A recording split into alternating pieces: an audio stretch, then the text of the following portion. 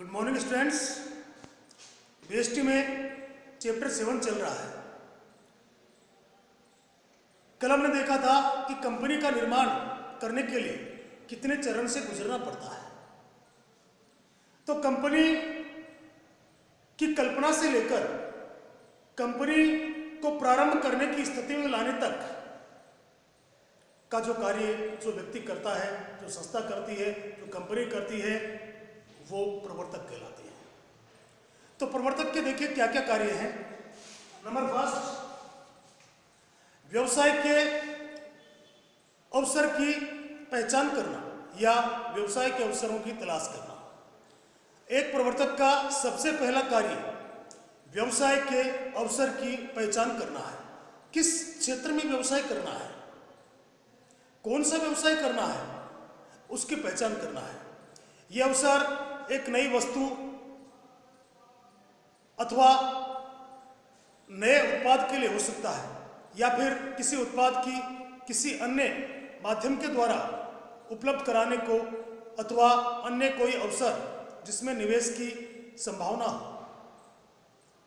यह अवसर नए उत्पाद से संबंधित हो सकता है, नई तकनीक से संबंधित हो सकता है, या पुराने उत्पाद में सुधार से संबंधित हो सकता है। ऐसे अवसर की तकनीकी और प्राथमिक संभावनाओं को देखकर फिर इसका विश्लेषण किया जाता है।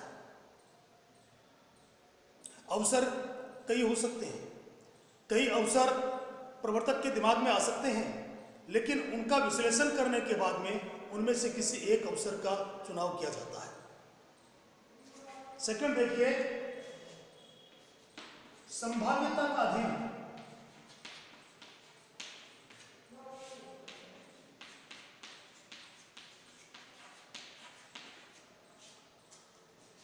संभाव्यता का अध्ययन, संभाव्यता का अध्ययन इसलिए हो सकता है ताकि पहचान कर लिए गए सभी अवसरों को वास्तविक परियोजनाओं में परिवर्तित करना सदा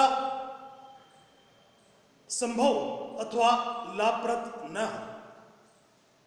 जितने भी अवसर तलाशे गए हैं, इसके बाद में उनकी संभाव्यता का अध्ययन किया जाता है। लाभ होने की किसमें कितनी संभावना है, इसका अध्ययन किया जाता है। प्रवर्तक इसलिए जिन व्यवसायों को प्रारंभ करना चाहते हैं, उनके सभी पहलुओं की जांच पड़ताल के लिए विस्तृत संभाव्यता का अध्ययन करते हैं, और अध्ययन करने के बाद ही चुनाव किया जाता है। नेक्स्ट देखिए, तकनीकी संभाव्यता।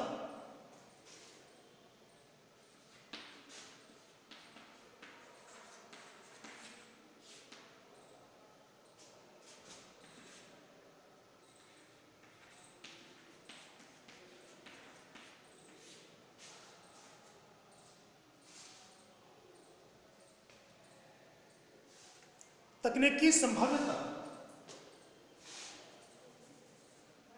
ये इसी के बिंदु है। संभाव्यता का अध्ययन क्या, नंबर ए मान लीजिए इसको। तकनीकी संभाव्यता, कभी कभी कोई विचार अच्छा होता है, लेकिन उसका क्रियान्वयन तकनीकी रूप से संभव नहीं होता है। विचार तो अच्छा होता है, लेकिन उसका क्रियान्वयन तकनीकी रूप से कई बार संभव नहीं हो पाता है। ऐसा इसलिए होता है क्योंकि आवश्यक कच्चा माल अथवा तकनीक सरलता से उपलब्ध नहीं होती है। व्यवसाय का चुनाव तो कर लिया, संभाव्यता का अध्ययन भी किया है, लेकिन कई बार व्यवसाय का चुनाव तो अच्छी तरीके से हो जाता है, लेकिन उसको कोई तकनीकी कारणों से क्रियान्वित नहीं किया जा सकता है। ऐसा इसलिए होता है क्योंकि आवश्यक कच्चा माल और तकनीक आसानी से उपलब्ध नहीं हो पाती है। फॉर एग्जाम्पल, अवतार को कार्बोरेटर के उत्पाद के लिए एक विशेषज्ञ धातु की आवश्यकता है। माना इस धातु का उत्पादन देश में नहीं होता है। सपोज कीजिए कार्बोरेटर बनाने के लिए इस धातु का उत्पादन देश में नहीं होता है, एवं बुरे आर्थिक संबंधों के कारण इसका उस देश से आयात भी नहीं किया जा सकता जो इसका उत्पादन करता है। अगर दो देशों के आर्थिक संबंध ठीक ना हो और दूसरे देश में जिससे आर्थिक संबंध ठीक नहीं है वहां अगर उस धातु का उत्पादन होता है तो वहां से उसका आयात भी नहीं किया जा सकता है। ऐसी स्थिति में जब तक धातु को उपलब्ध कराने के लिए वैकल्पिक व्यवस्था नहीं हो जाती है, परियोजना तकनीकी रूप से अव्यावहारिक होगी। तो ऐसी स्थिति में परियोजना तकनीकी रूप से अव्यावहारिक हो जाती है। नेक्स्ट देखिए, वित्तीय संभाव्यता।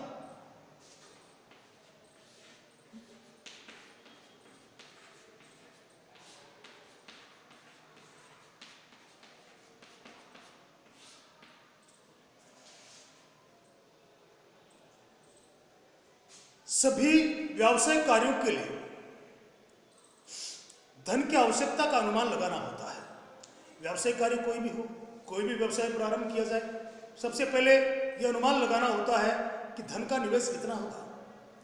यदि परियोजना पर होने वाला व्यय इतना अधिक है कि इसे उपलब्ध साधनों से सरलता से नहीं जुटाया जा सकता तो परियोजना को त्यागना होगा।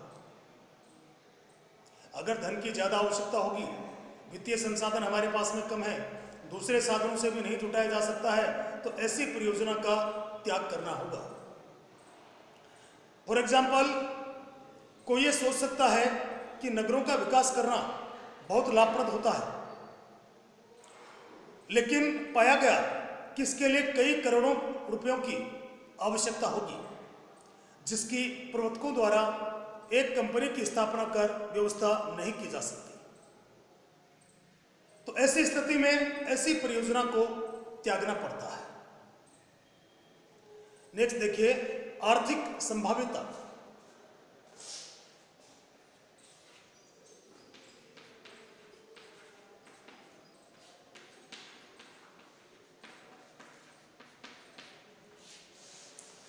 आर्थिक संभाव्यता कभी कभी ऐसा भी होता है कि परियोजना तकनीकी और वित्तीय रूप से व्यावहारिक है। तकनीकी रूप से भी संभव है और वित्तीय रूप से भी संभव है, लेकिन इसकी लाभप्रदता की संभावना बहुत कम है। ऐसी परिस्थिति में यह विचार त्यागना होगा। यानी व्यावहारिक है, तकनीकी रूप से भी व्यावहारिक है, वित्तीय रूप से भी व्यावहारिक है, लेकिन लाभप्रद नहीं है। तो ऐसी स्थिति में ऐसी परियोजना का भी त्याग करना पड़ेगा। इन विषयों के अध्ययन के लिए प्रवर्तक जनरली विशेषज्ञों की सहायता लेते हैं।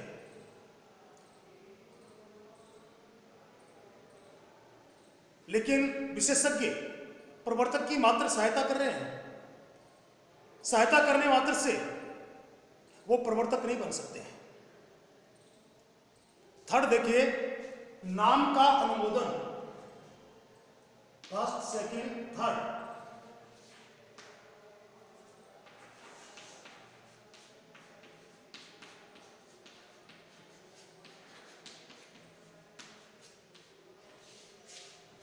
नाम का अनुमोदन।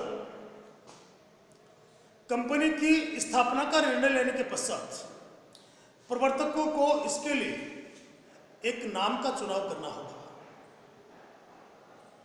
संभाव्यता का अध्ययन कर लिया, इसके बाद प्रवर्तकों को कंपनी के नाम का चुनाव करना होगा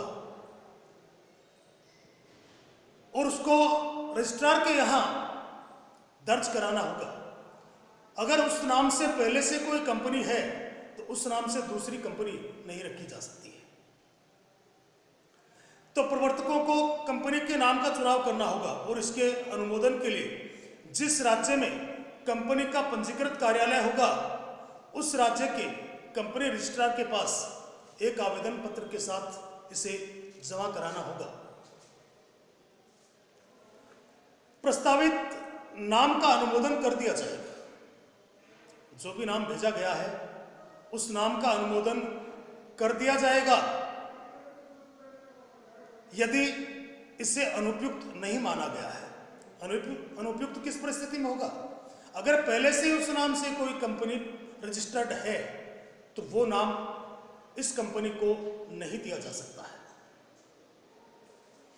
ऐसा भी हो सकता है कि पहले से इसी नाम की अथवा इससे मिलते जुलते नाम की कंपनी है, या फिर पसंद का नाम गुमराह करने वाला है। जैसे कि नाम से ऐसा लगता है कि कंपनी एक व्यवसाय विशेष में है, जबकि यह सत्य नहीं है। कई बार उस नाम से पहले से एक कंपनी होती है, या ऐसा नाम प्रवर्तकों ने चुनाव कर लिया जो दूसरी कंपनी से जस्ट मिलता जुलता है, या ऐसे नाम का चुनाव कर लिया जो पब्लिक को भ्रम में डालने वाला हो, तो ऐसे नाम को रजिस्ट्रार स्वीकृति नहीं देता है। ऐसी स्थिति में प्रस्तावित नाम को स्वीकृति नहीं मिलेगी, लेकिन किसी वैकल्पिक नाम को मंजूरी मिल जाएगी। वैकल्पिक नाम, दूसरे नाम को मंजूरी मिल सकती है। जनरली 3 नाम लिखकर भेजने होते हैं। अगर पहले नाम से कोई कंपनी पहले से है तो दूसरा विकल्प है, तीसरा विकल्प है। उस नाम से अगर कोई कंपनी नहीं है तो वो प्रस्ताव को स्वीकार कर लिया जाएगा। इसलिए कंपनी रजिस्ट्रार को दिए गए प्रार्थना पत्र पर फॉर्म का प्रारूप, जिसमें 3 नाम को प्राथमिकता दर्शाते हुए दिया जाता है। 3 नाम लिखे जाते हैं। अगर एक नाम से कंपनी है दूसरा विकल्प होता है, दूसरे नाम से भी पहले से कोई कंपनी है तो तीसरा विकल्प होता है, और तीसरे नाम से भी पहले से कोई कंपनी है तो फिर नए सिरे से 3 नए नाम प्राथमिकता के साथ लिखने के लिए कहा जाता है।